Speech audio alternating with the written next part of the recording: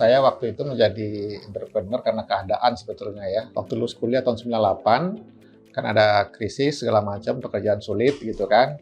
Jadi kalau kita nunggu lama-lama, lulusan baru akan jadi pesaing kita juga gitu kan. Jadi kebetulan ada orang tua menawarkan, ya sudah mulai aja dulu dagang kecil-kecilan gitu ya. Didukung oleh orang tua, saya mulai dari situ.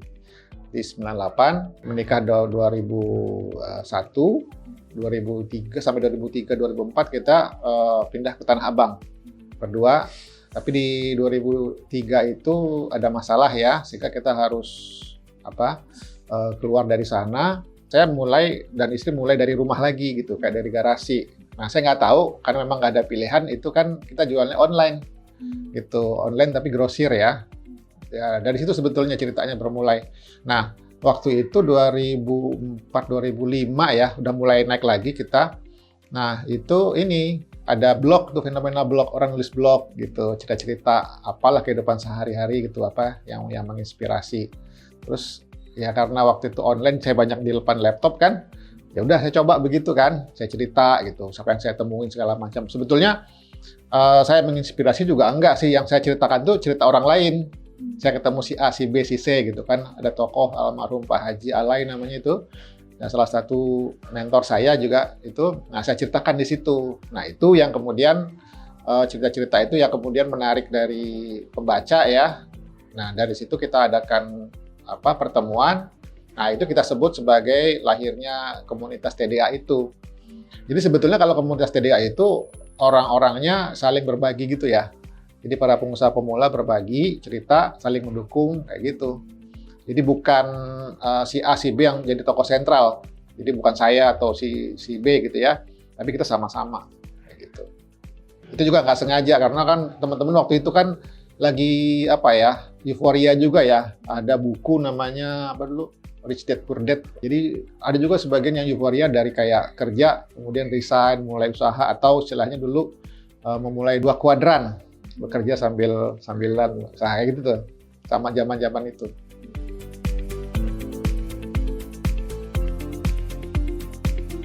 Ya waktu itu kan sebetulnya seperti sekarang ya kan ada fenomena thread juga ya. Thread itu sekarang kayak orang curhat kemudian merespon gitu. Itu kayak mirip-mirip Quora deh saya lihat. Nah itu kan dulu ada mailing list ya. Jadi teman-teman yang dulu baca blog itu kemudian kan diskusinya di mailing list tertutup sebetulnya kan, tapi kayak mirip-mirip seperti itu. Jadi ada orang yang ada yang nge-reply, ada yang segala macam komen gitu, sehingga terbentuk kayak kesamaan interest gitu, samaan nasib. Oh ya kalau kita mulai usaha kok di sini kendala-kendalanya ya gitu ya. Nah karena kita merasa butuh support seperti itu, jadi teman-teman yang berkumpul ini kayak sepakat untuk kita ngumpul sama-sama aja, bikin grup, bikin komunitas gitu. Nanti apa yang kita butuhkan kita adain di situ. Misalnya kita butuh workshop, butuh training, butuh misalnya kayak kunjungan untuk belajar gitu ya, atau mau ngundang siapa gitu. Kalau sama-sama kan lebih enak gitu kan. Kemudian antara kita teman-teman juga saling dukung gitu. Kan masing-masing ini kan kita punya kelebihan kekurangan kan. Nah, itu bisa jadikan kayak support system buat teman-teman yang baru mulai gitu.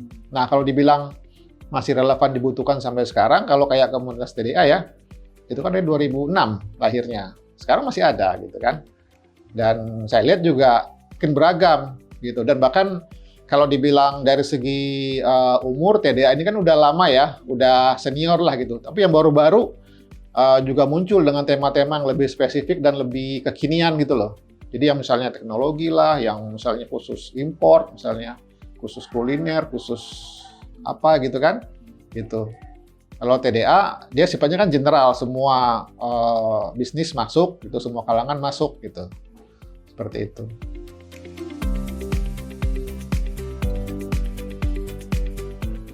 Ya kalau soal TDA dari awal sampai sekarang itu ya, kalau boleh berbangga, ini komunitas yang solid gitu ya, sebagai organisasi juga sustain gitu ya, itu bisa dibanggakan lah. Nah, kenapa ini bisa demikian? Ya barangkali dari awal memang TDA ini tidak didesain sentrik ke 1-2 orang. Jadi lebih egaliter dan lebih mempercayakan kepada generasi baru yang berpotensi untuk mengelola gitu ya. Jadi kayak di TDA itu setiap 2 tahun sekali itu ada regenerasi pengurus gitu. Jadi orang-orang kayak saya ini sebenarnya udah nggak aktif lagi gitu. Cuman lihat-lihat jauh aja gitu. Ya paling yang dijaga di TDA itu kalau saya ya, itu kayak nilai-nilainya. Nilai universal ya kayak kebersamaan, jangan berantem, toleransi kayak gitu-gitu kan. Tapi kalau yang sifatnya teknis ya, bagaimana eksekusi yang kekinian, apalagi kan saya dan teman-teman melahirkan TDA zaman blog, zaman mailing list. Sekarang zaman TikTok, udah beda. Di beberapa daerah kan di TDA ini kan ada sekitar 100 cabang ya di daerah ininya. Itu udah ada yang regenerasi yang bapaknya pengurus, anaknya juga pengurus gitu. Kayak gitu udah sampai seperti itu gitu. Berarti kan gaya dan cara berkomunikasi juga udah beda gitu. Jadi sebetulnya isu yang terus kalau saya sebagai yang senior gitu ya sampaikan ke teman-teman gimana supaya TDA ini tetap relevan dengan zamannya gitu, tetap relate gitu. Sebenarnya itu sih. Jadi produk lama kalau kita apa istilahnya upgrade terus ya adaptasi terus gitu dengan kekinian gitu ya, dia akan ini gitu. Kalau misalnya anak sumur Mbak gitu join TDA atau ikut, berarti kan relate buat mereka gitu kan, relevan buat mereka gitu.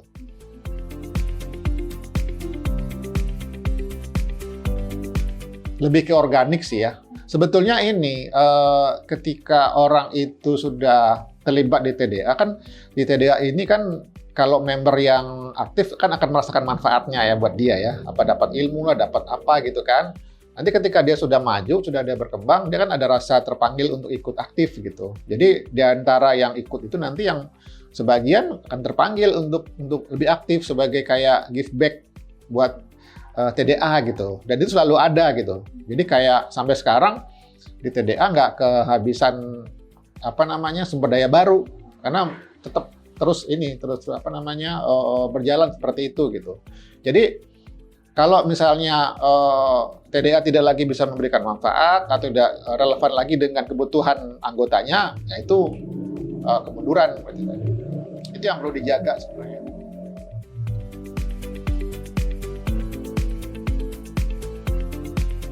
Iya, saya pernah nulis buku. Sebetulnya itu buku bukan ditulis secara khusus, tapi merupakan kompilasi dari tulisan di blog.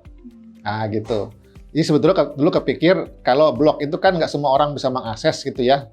Jadi kalau ini dibukukan bisa diakses oleh orang tidak terbiasa membaca melalui internet seperti itu.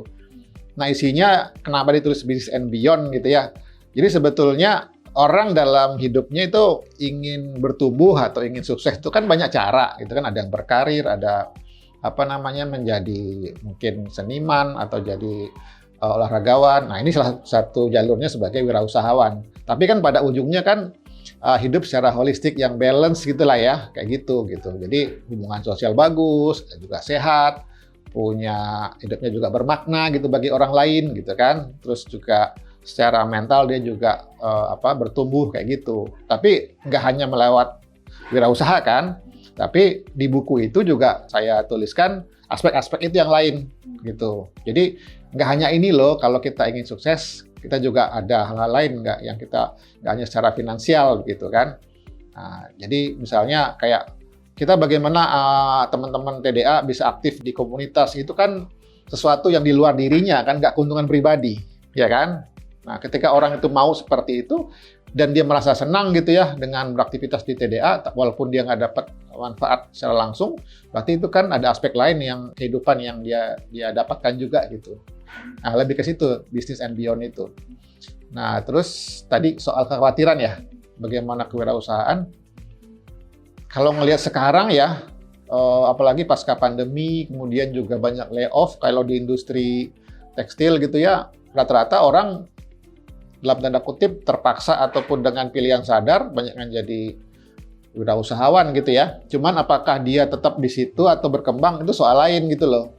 Nah itu mungkin peran pemerintah yang bikin ekosistem kemudian kasih support sistem kepada mereka untuk bisa berkembang gitu. Jangan ketika nanti misalnya terjadi kenaikan harga atau kenaikan BBM, kenaikan bahan baku, dia yang duluan tutup, kayak gitu.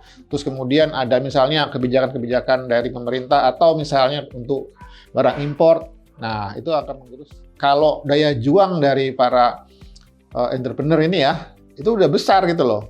Jadi udah berani mati gitu kan. Cuman kalau ekosistemnya nggak dijagain oleh pemerintah gitu untuk yang berpihak kepada mereka, mereka cuma jadi ini aja ntar kayak ketika ada masalah langsung hanyut gitu loh. Gitu. Jadi bukan ke ininya gitu ya, support dari pemerintah dan ini.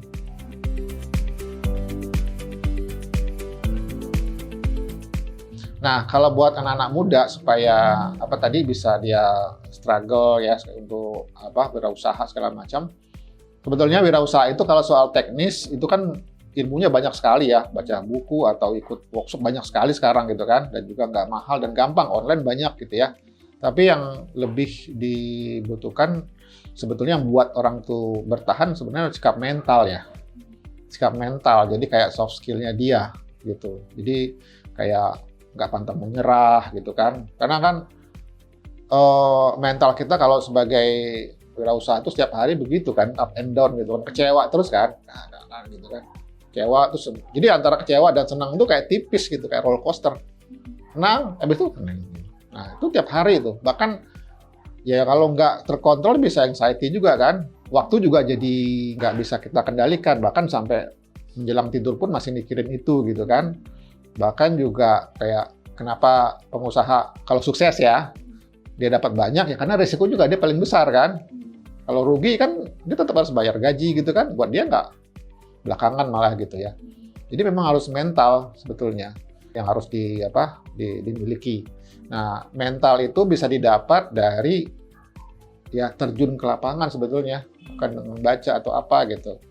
Kalau buat kayak saya nih kayak dengan anak-anak yang sikap mental yang itu bisa diuji lewat dia sekolah dengan baik atau olahraga misalnya kayak basket atau itu kan ujian mental. Kita nyoba kayak game menang kalah kecewa gitu kan, terus berjuang terus latihan dan hasilnya nggak sesuai dengan harapan gitu.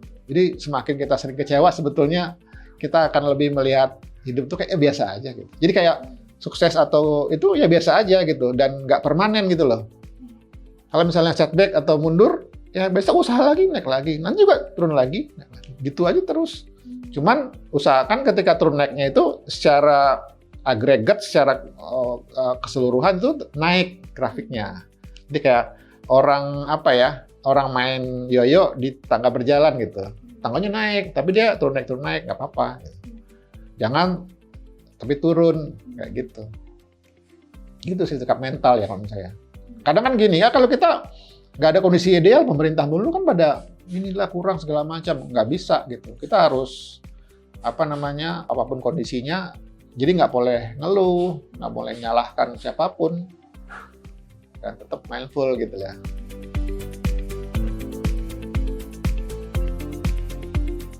Kalau terus belajar ya itu ya sejak kecil saya suka membaca gitu kan. Itu kan dimulai dari rasa ingin tahu terhadap apapun gitu ya. Jadi apapun yang saya ingin tahu, saya cari tahu gitu ya. Jadi ya bukan untuk ngejar nilai sebetulnya kan, tapi untuk mencari tahu. Tapi kemudian di balik rasa ingin tahu kemudian ketemu jawabannya itu kan ada sesuatu yang kita bisa tindak lanjuti misalnya gitu. Misalnya ketika saya baca tentang kesehatan gitu kan, ternyata solusi yang diberikan menarik buat saya, misalnya saya coba, misalnya kayak diet apa, kayak gitu kan. Nah, itu kan kalau ilmu itu kita terapkan langsung, dia akan nempel dan jadi kebiasaan gitu. Dan banyak ilmu di luar sana juga kalau kita terapin untuk manfaat buat diri kita, gitu ya. Misalnya kayak saya coba diet ini kemudian berhasil, dan saya cerita, kalau misalnya dulu di blog gitu ya, saya ceritakan, orang pada baca, oh ya jangan ngikutin 1-2 kayak gitu. Nah, lebih ke situ sih kita kalau misalnya saya merasa terbantu nih dengan diet ini misalnya gitu kan, terus saya sharing gitu kan, terus teman itu nyoba gitu kan, kayak gitu sebetulnya kan circle-nya kan kayak gitu ini ya.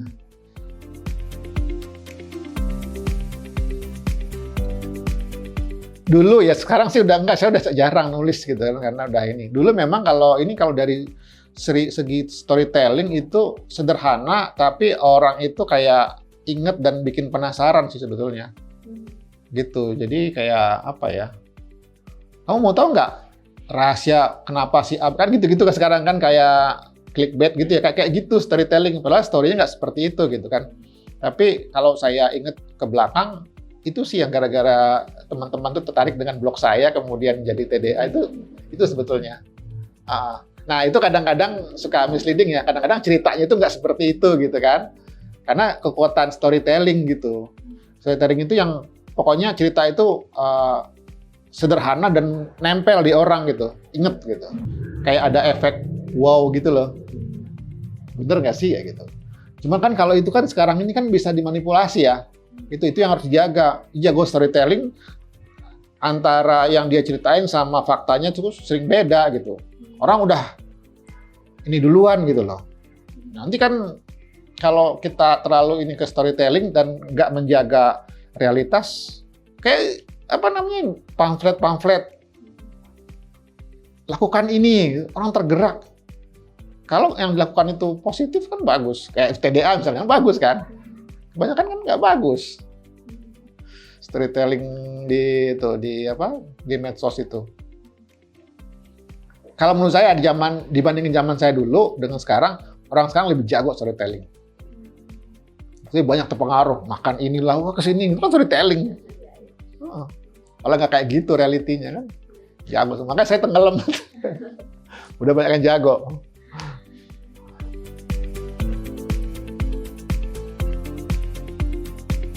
Wah, ini agak panjang. Dan barangkali juga ini buat adik-adik yang zaman sekarang ya. Apalagi media sosial di mana-mana gitu kan, itu kan udah jadi fenomena anxiety ya kan, overthinking segala macam gitu. Nah sebetulnya kalau saya pribadi bahkan sebelum TDA berdiri sudah cenderung ke sana gitu kan. Saya suka berefleksi, suka mikir gitu kan, karena saya sebetulnya orang yang suka di rumah baca gitu, berpikir gitu kan. Jadi dan juga suka yang sifatnya itu natural. Nah, sebetulnya yang dibilang mindfulness, kemudian itu tadi ya, simple living, itu kan lebih ke natural sebetulnya. Jadi, misalnya, alam itu semua berproses gitu kan. Jadi, kalau dia itu, mengawalinya dengan baik, dengan benar gitu kan, sebuah tanaman itu akan tumbuh dengan baik gitu. Artinya, kita nggak hanya mengejar hasil secepat mungkin, tapi juga berproses. Nah, di proses itu kan kita harus mindful, artinya harus pada saat kita mengawal proses itu harus fokus gitu kan. Jadi semua energi, semua pikiran, upaya kita inikan ke sana. Nah, kalau kita dalam melakukan apapun dalam sehari-hari, kalau kita sedang fokus seperti itu otomatis kita nggak overthinking gitu. Kayak misalnya kita lagi minum nih, tapi kita fokus dengan minum ini. Kita nggak mikirin utang, nggak mikirin sebel sama siapa, nggak mikirin bete sama siapa kan gitu kan. Nah itu bisa dilatih sebetulnya. Mindful itu hanya kayak caranya gitu ya. Contoh misalnya saya kan sekarang suka posting di sosial media aktivitas saya menggambar gitu ya. Nah itu bagian dari itu juga sebetulnya. Karena apa? Kalau kita buka handphone itu kan kita overthinking ya.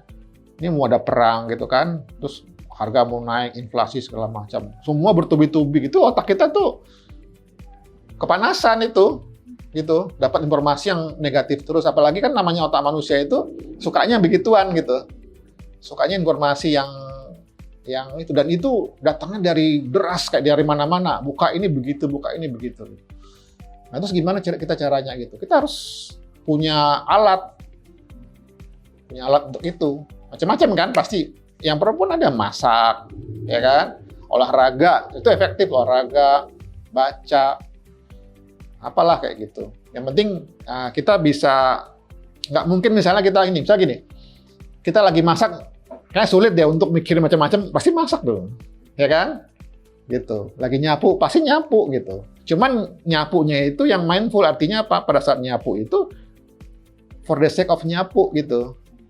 Jangan bikin abis ini mau ngapain gitu. Itu kita nggak ini, jadi nikmatin aja gitu. Nyapu yang bener gitu. Dan kalau misalnya kayak ngobrol gitu, kita mindful sama kita sambil WA-an itu juga buat si lawan bicara juga nggak nyaman, kitanya pun nggak dapat apa-apa. Kalau kita betul-betul mindful, misalnya fokus kepada yang di hadapan kita, misalnya apa makanan atau sama teman kita yang lagi ngomong itu, kita dapat sesuatu.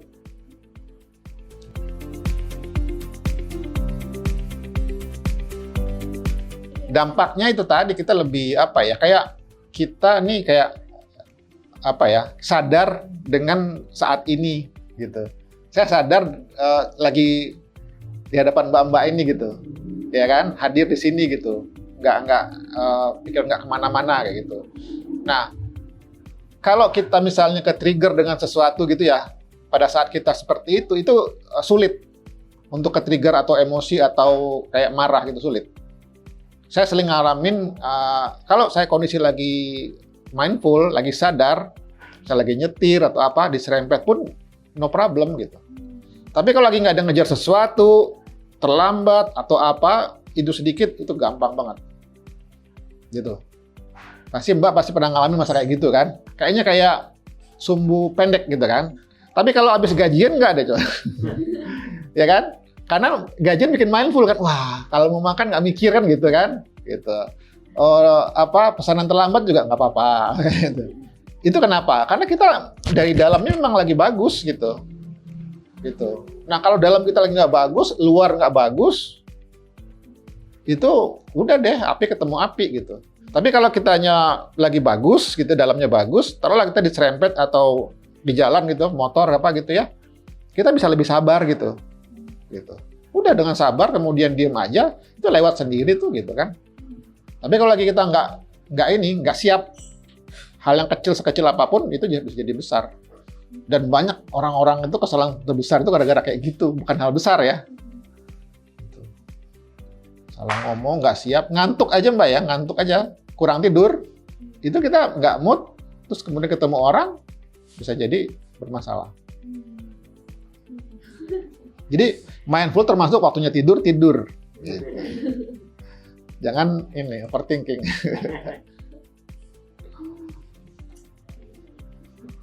Tapi saya juga saya terus belajar karena makin kesini kan masalah dunia makin kompleks ya, Mbak ya.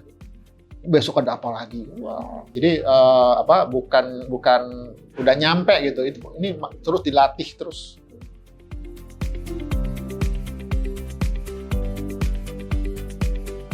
Ya kebetulan ini ya, saya kan punya anak di kelas 9 kemarin ya. Jadi pada saat dia mau kelulusan itu disuruh bikin proyek pribadi, apapun yang mereka tertarik, kemudian cari solusinya. Itu rata-rata 70% itu arahnya ke masalah psikologis seperti itu. Anxiety, sleep deprivation gitu kan, terus macam-macam gitulah. Dan mereka disuruh cari solusinya, dan rata-rata solusinya kayak gitu. Arah yang sifatnya mindfulness. Ada yang larinya ke olahraga, ada yang ke breathing, ya napas gitu kan. Kemudian ada juga bikin alat dia, misalnya nggak bisa tidur, ada alatnya selimut yang dengan pemberat gitu. Itu bisa nyenyak tidurnya. Kemudian juga olahraga, kemudian juga ada dengan art. Orang yang anxiety lariin ke art atau dengan musik kayak gitu. Mereka punya ini sendirilah. Dan saya tanya, kenapa kamu bisa ini nyampe kesimpulan ke sini gitu? Karena buat dia it works begitu. Ketika dia bermusik, hilang anxiety-nya. Ketika dia ini gitu. Jadi kalau menurut saya sih tren kayak mental health makin tinggi ya. Mindfulness itu sangat diperlukan. Karena hanya itulah mekanisme pertahanan diri kita yang dari diri kita sendiri. Karena kan kalau kayak kita ikutin sosial media gitu ya. Karena kita selalu membandingkan diri dengan pihak luar gitu. Kalau zaman saya kecil dulu sekolah, perbandingan saya paling mentok teman sekolah gitu, yang hebat-hebat. Sekarang perbandingan kita sedunia, gimana enggak gitu kan? Loh, padahal orang tuh beda-beda. Dan saya dulu ya dengan semua keterbatasan, saya tuh happy loh masa kecil, nggak ada masalah. Tapi kalau anak sekarang, ya kan problematik gitu. Menurut saya ya, mindfulness itu diperlukan di zaman sekarang ini. Bagaimana caranya? Saya bukan yang ini ya, kan ada juga meditasi misalnya gitu kan, ada yang begini. Tapi sebetulnya apapun yang membuat kita itu fokus gitu ya, kayak lupa, kayak flow pada saat itu, itulah mindfulness kita. Gitu. Termasuk apapun gitu ya. Jalan kaki itu bisa juga. Jalan kaki ngeliat, oh ya asik ya ngeliat ini. Misalnya nyasar atau kita ini ya, karena kan kita sering macet atau apa gitu. Kan bisa dua artikan. Pasti kesel kita kan, tapi kan itu kan di luar kendali kita. Mana mungkin macet itu kita turun gitu terus bisa lancar kan nggak mungkin. Ya sudah ngapain? ngobrol sama yang di mobil atau dengar musik atau dengar ceramah, banyak gitu. Nunggu misalnya, kalau saya misalnya nunggu gitu ya di restoran atau nunggu teman, saya gambar aja atau baca. Daripada ya mungkin dia macet atau apa gitu, ya kan? Daripada saya anxiety ya enggak. Dan sebetulnya anxiety kita itu 90% atau 95% itu nggak terbukti. Nggak kejadian gitu loh. Kayak asumsi kita gitu, oh kan begini, enggak gitu. Dan kita akan besok udah kita lupa. Ya kan? Saya pernah nyenggol hari ini tadi gitu kan. Besok udah lupa itu. Tapi emosinya bisa berhari-hari ya nggak? Itu perlu latihan sih.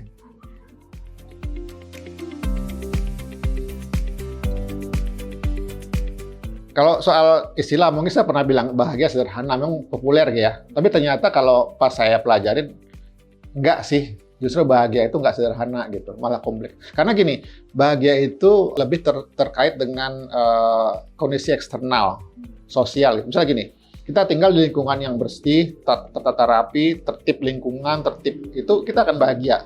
Karena kita nggak diserempet, nggak ada buang sampah sembarangan, semuanya antri gitu kan, itu bikin kita bahagia. Tapi kalau yang sifatnya bahagia pribadi itu lebih kepada apa ya? Kondisi yang sifatnya apa? Senang atau gembira lah gitu. Pribadi, misalnya saya lagi ngopi, itu saya senang, tapi nggak bahagia. Karena kalau bahagia sifatnya lingkungan gitu ya. Nah, kalau level itu bisa dilatih, bisa kita kendalikan. Tapi kalau misalnya saya itu keluar dari rumah ini nanti ada diserempet segala macam, itu kan di luar kita. Nah, itulah pentingnya peran pemerintah atau ini yang membuat suasana seperti itu gitu loh. Kalau kita di tempat yang tertib, orang saling menghargai, toleransi, kemudian buang sampah pada tempatnya, gitu kan? Itu kita pasti bahagia, gitu. Ngantri, gitu. Kita pasti bahagia. Terus jaminan sosial, ya nggak? Nah, sekarang pemerintah lagi ngarah ke sana kan? Kayak dulu orang kalau sakit bisa bangkrut kan? Sekarang ada BPJS, itu bisa tuh. Terus sekarang, ini zamannya adik-adik ini, sekarang kalau di Jakarta ya, kita kemana aja saya kan dari kecil, dari zaman kuliah, naik angkutan umum ya. Saya udah ngerasain gimana dulu ya kan. Tapi sekarang, kalau nggak bisa memanfaatkan itu namanya nggak bersyukur, itu udah bagus sekali. Ya kan, udah bagus, nyaman, aman, dan murah. Senang nggak kita? Senang dong. Dari kerjaan sampai rumah, kalau seandainya dekat dengan transportasi umum, pasti bahagia. Kayak gitu. Nah, itu peran pemerintah. Trotoarnya bagus. Gitu. Oh ya, tadi yang jawaban soal doodling ya. Sebenarnya udah saya jawab juga, tapi coba saya ini.